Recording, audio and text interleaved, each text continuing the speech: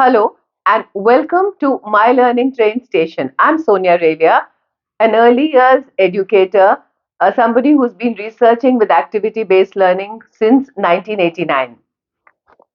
Today, the video that I'm shooting is specifically for parents. It's to introduce you to the National Curriculum Framework for Foundation Stage, which was introduced in 2022. And it was 1 year before the National Curriculum Framework for School Education was introduced. So it is really important, and that's the kind of importance that the system is today giving the foundation stage. It also says that unless the community comes together, that means the parents, the extended family, the environment, the neighborhood comes together, we cannot have a seamless change and transition of school to home and home to school. So, very quickly, I'm going to help you to understand what the National Curriculum Framework for Foundation Stage is asking schools to do. And your support is going to make such a difference to the speed of the change. So let's get started. This is the National Curriculum Framework document, and I have tried to simplify it by putting it up into a small, train, which can actually cover all the points that will help you to just have a reference point when the teachers are actually introducing a new system for your children. So, holistic learning is a process, starting with the Panchkosha Vikas, which says it has different koshas. The Annamaya Kosha, which is the physical development of the children, also come from the word food, an. So, first step is healthy food for a healthy body. So, please try to see that they eat fresh foods and they have certain timing and avoid digital devices when they are eating. The next one is the Pranamaya Kosh, which talks about the breathing and the good health of the internal organs. After these two, you talk about the Manamaya Kosh, because if you're healthy, if you're strong, automatically the emotions, the mind becomes stronger, and that's another very important connect to have. Then comes the Vijnanamaya Kosh, or the cognitive development. That's the learning part of it. Saying that if little children are, they are healthy, they are emotionally sound, then the learning development is so much better. And then comes the Anandmaya Kosh, or the spiritual development, the good habits, the sharing, the just the whole aura of what the children have learned. The second step to understand is a concept called the Panchari, which is the learning process, which says schools have to actually take care of five very important things: introduction, both conceptual understanding, and it cannot always come out of notebooks and writing. It will come from experiences and activities which may not be in notebooks and worksheets. So you will have to be ready for that. If there is nothing in the workbook or written work, it doesn't mean that nothing is happening in school. So there's a lot of work happening for conceptual understanding. And then comes the abhyas. This is the time when parents can actually participate, understand better, and carry that little practice of what is happening into this from in the school to the homes as well. Use simple things around the house. There will be suggestions that will come to you. Please use those. Spend a little time with the children so that the practice can be extended.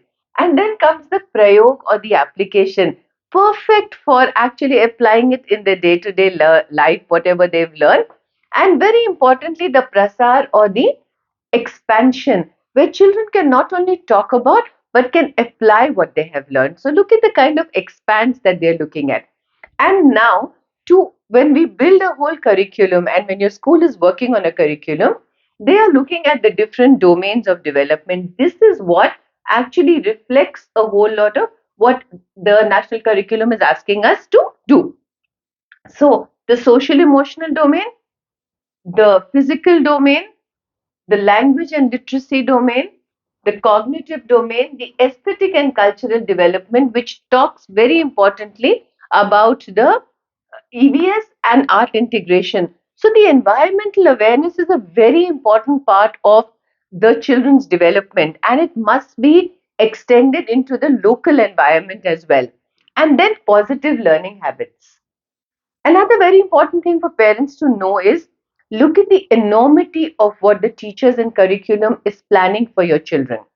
It's planning 13 curriculum goals, understanding them, 68 competencies, then each competency is further divided into learning outcomes for each level. That is, the competency will remain the same.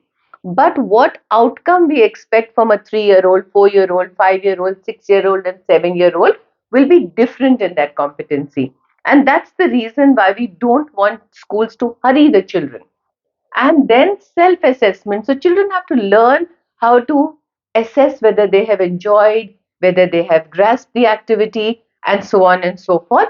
Also encouraging peer assessment, and we are going to include you, dear parents, and have parent assessment, where you very simply actually be able to look at it and say that what is it that the child used to learn. It could be books, newspapers, experiences, home things, a little bit of the digital, or so many other experiences of the children. And then what they also, teachers have to also put together is different kinds of working environment. So individual, pair working, small group working, team working, and circle time. The circle time is a beautiful concept that can also be done at home without digital devices, with eye contact, with some conversations and interactions for children to learn. Another very important part of what you all have to understand as the parent community is that there are different learning levels that have been suggested. Now, when we say how do we mark, now they're not going to be marks, they're not going to be grades. So, how are we going to actually understand if our children are learning or not? Well, a progress card, which is a holistic progress card, is not an end unto itself. It's a journey that your school and teachers are taking your children through, and they're observing, depending on the learning outcomes. If the child is a beginner, that means the child needs more nurturing and care and needs a little support, more support from the teachers and parents. And it's just about showing the first indications of the learning outcomes mentioned.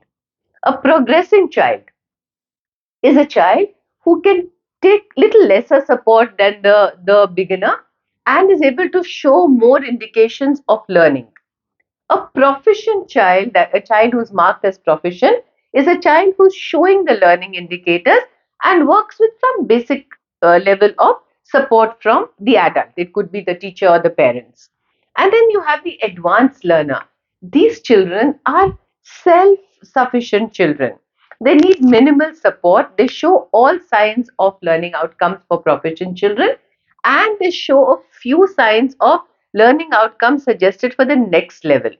Therefore, a deep understanding of the community of parents is so important if we want this change to actually become a part of our national education system. I shot this video so that you can just look at it and you can understand the enormity of what the teachers, schools, curriculums, people like us who are designing work for them are doing.